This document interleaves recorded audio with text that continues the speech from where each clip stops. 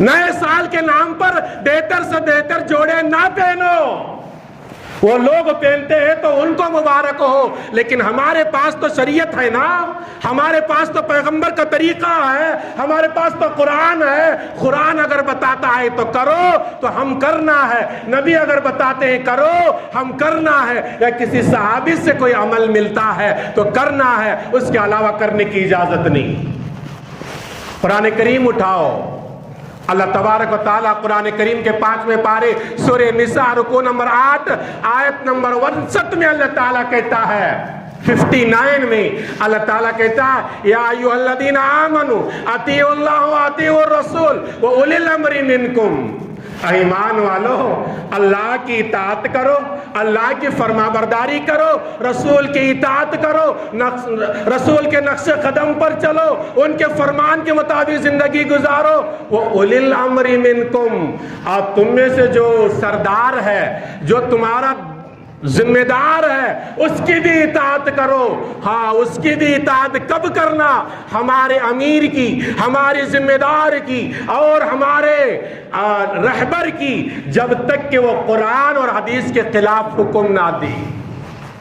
اگر ہمارا بادشاہ کہلانے والا، ہمارا ذمہ دار کہلانے والا، یا ہمارا امیر کہلانے والا، یا ہمارا قاضی کہلانے والا، یا ہمارا امام کہلانے والا اگر شریعت کے خلاف حکم دیتا ہے تو ہمارے لیے ضروری ہے کہ اس کے مسئلے کو اور اس کے بات کو ٹھکرا دے، اس لیے کہ قرآن اور حدیث ہمارے پاس موجود ہے۔ اس لیے صحیح بخاری میں کتاب الجہاد میں حدیث نمبر 207 کے اندر موجود ہے، ابن عمر سے روایت ہے، اللہ کے نبی صلی اللہ علیہ وسلم نے فرمایا، اے میرے امتیو، اپنی امیر کی اطاعت کرو، اپنے سردار کی بات مانو، اگر وہ سردار تم کو اللہ کی نافرمانی کا حکم دیتا ہے، قرآن کے خلاف دیتا ہے، نبی کے پیغام کے خلاف دیتا ہے، میرے نبی نے فرمایا کہ اس کی بھی بات نہ مانو۔ جب اللہ نے مسلمانوں کی بادشاہ اور امیر کی بات اگر وہ قرآن و حدیث کے خلاف دیتا ہے، اس کی بات کو ٹھکرانے کا حکم دیا، یہ تو نیا سال انگریزوں کا بنایا ہوا ہے، عیسائیوں کا بنایا ہوا ہے، غیروں کا بنایا ہوا ہے، تو مسلمان کیوں اس کے اندر شامل ہو؟ مسلمان شامل نہیں ہونا چاہیے، مسلمان کے لیے گناہ ہے یہ، اس کو ہم معمولی سمجھ لیا، یہ معمولی نہ سمجھو، یہ ایسا ہے کہ تمہارے جسم کے اندر داخل ہو گیا، یہ دھیرے دھیرے وہ زخم کو کھاتے رہے گا اور تمہارے ایمان کو کھوکھلا کر دے گا اور کمزور کر دے گا۔ قرآن کریم میں اللہ تبارک و تعالیٰ نے قرآن کریم کا 6واں پارہ سورہ مائدہ رکوع نمبر 1 آیت نمبر 2 میں اللہ تعالیٰ کہتا ہے، وَتَعَاوَنُوا عَلَى الْبِرِّ وَالتَّقْوَى وَلَا تَعَاوَنُوا عَلَى الْإِثْمِ وَالْعُدْوَانِ، اللہ کہتا ہے کہ نیکی کے کاموں میں مدد کرو، تقوی کے کاموں میں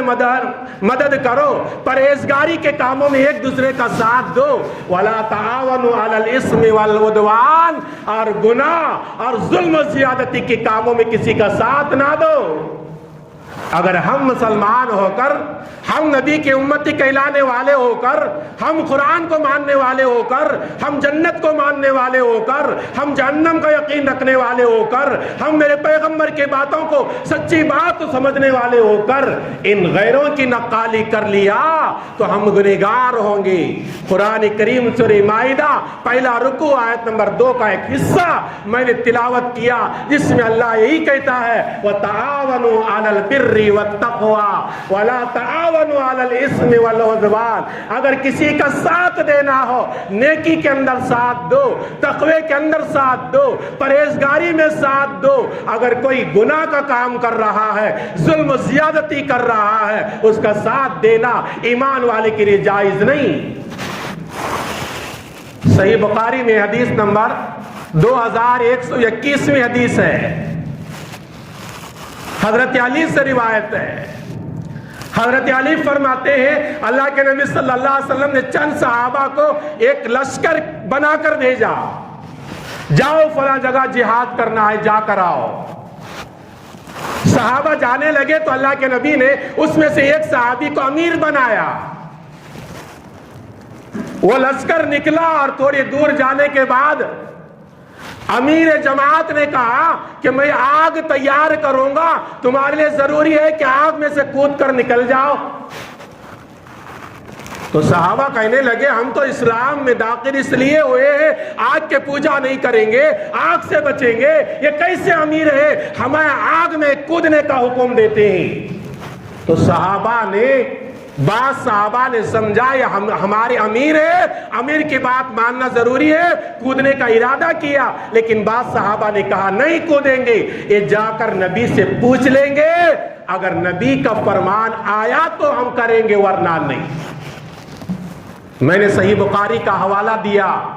وہ سریہ وہ لشکر واپس آیا، اللہ کے نبی کی خدمت میں صحابہ نے عرض کیا اللہ کے نبی جس کو آپ نے ہمارا امیر بنایا تھا انہوں نے راستے میں اس طرح کا منظر پیش کیا، آگ تیار کیے اور کہا کہ اس میں کود پڑو، ہم نے انکار کر دیا، کیا ہمارا انکار کرنا گناہ ہے یا اچھا کام ہے؟ اللہ کے نبی نے فرمایا تمہارا اگر امیر بننے والا بھی شریعت کے خلاف کام کرنے کا حکم دیتا ہے تو امیر کی اطاعت ضروری نہیں ہے، امیر کا حکم کو ٹھکرانا تمہارے اوپر لازم ہو جاتا ہے۔ اگر تم نے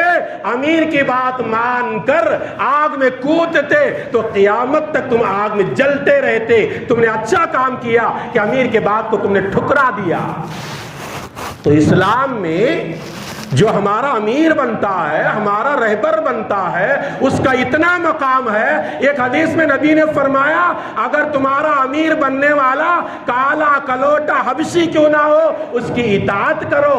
لیکن امیر بننے کے بعد نافرمانی کا حکم دیتا ہے، قرآن اور احادیث کے خلاف حکم دیتا ہے تو وہاں اس کی بھی بات ماننا ضروری نہیں۔ اس لیے میرے دوستو یہ 2021 ختم ہو کر 22 پر قدم رکھنے کے لیے جا رہا ہے۔ ہم میں سے بہت سارے نوجوان ایسے ہوں گے،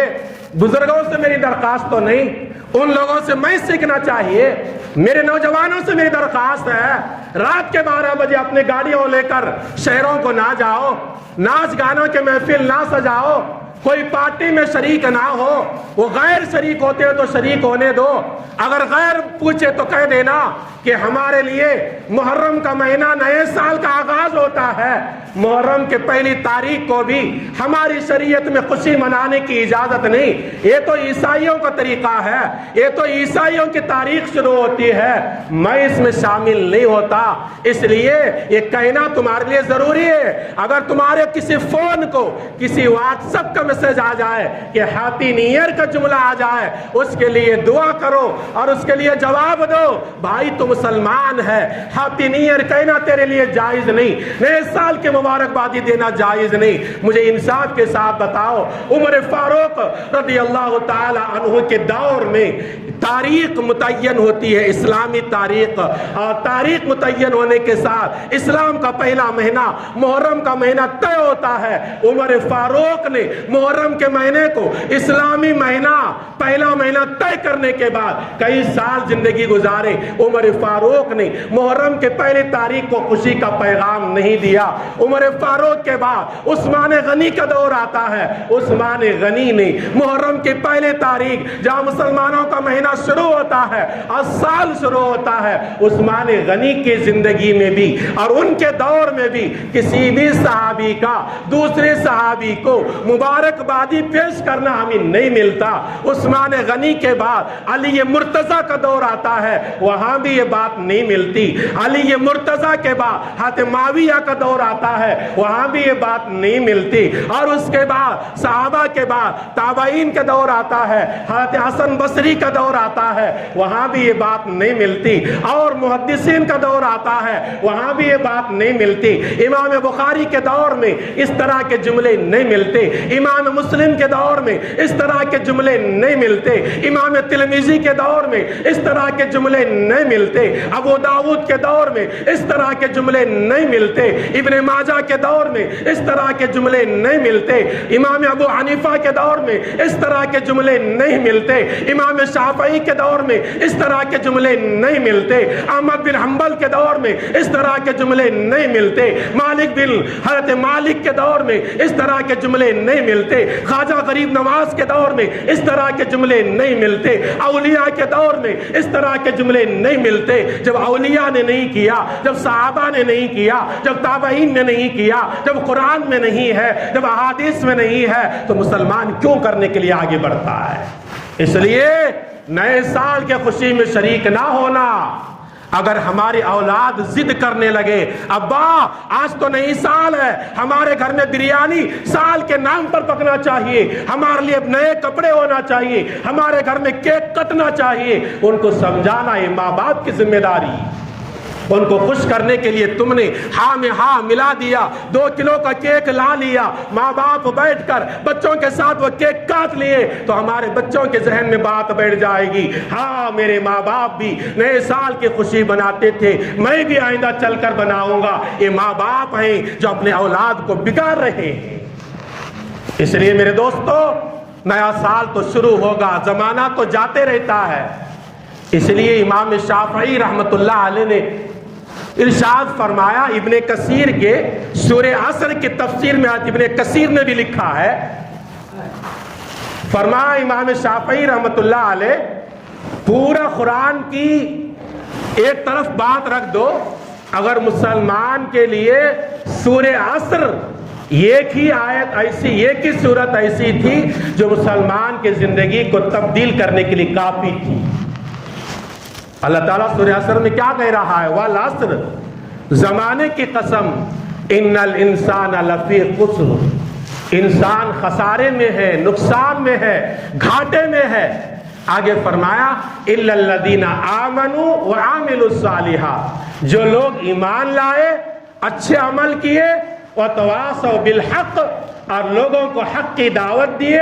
وتواصوا بالصبر، اور صبر کی تلقین کیے، یہ لوگ ناکام نہیں، یہ لوگ خسارے میں نہیں، یہ لوگ گھاٹے میں نہیں۔ کون لوگ؟ ایمان بھی ہو، عمل صالح بھی ہو، نیک عمل بھی ہو۔ نیک عمل اب کہاں ڈھونڈیں گے؟ قاری طیب صاحب رحمت اللہ علیہ دارالعلوم دیوبند کے کئی سال معتمم گزرے ہیں، حضرت نے اپنے خطبے میں ارشاد فرمایا، مومن کا ہر کام، چاہے عبادت ہو، چاہے اپنی ضرورت کے لیے وہ کام کر رہا ہو، وہ کام اگر نبی کے طریقے پہ کرتے ہیں تو عمل صالح ہے، وہ نیک عمل ہے۔ اللہ کہتا الا الذین آمنوا وعملوا الصالحات، جو لوگ ایمان لائے، نیک عمل کیے، یہ لوگ خسارے میں نہیں، نیک عمل کی ضرورت ہے۔ اور یہ نئے سال کی مبارکبادی پیش کرنا نیک عمل نہیں، یہ تو گناہوں کے دعوت دینا ہے۔ اس لیے علماء کہتے ہیں کہ 31 تاریخ کے رات میں دنیا میں جتنی شراب پی جاتی ہے یا جتنی شراب بیچی جاتی ہے یا خریدی جاتی ہے، اتنی پورے سال بھر بیچی اور خریدی نہیں جاتی۔ جتنے گناہوں کے کام اس رات میں ہوتے ہیں اتنے پورے سال میں نہیں ہوتے، اور جتنے فحاشی منظر دیکھا جاتا ہے اور گناہوں کے اڈے چلتے ہیں اتنے پورے سال نہیں چلتے۔ اگر غیر بناتا ہے تو بنانے دیجئے، لیکن ہمارے پاس تو قرآن ہے، حدیث ہے، پیغمبر کا لایا ہوا طریقہ ہے، اس پر عمل کرو۔ اسی لیے کسی شاعر نے کہا، ہو رہی ہے زندگی مثل برف کم، ہو رہی ہے زندگی مثل برف کم، چپکے چپکے رفتہ رفتہ دم بدم،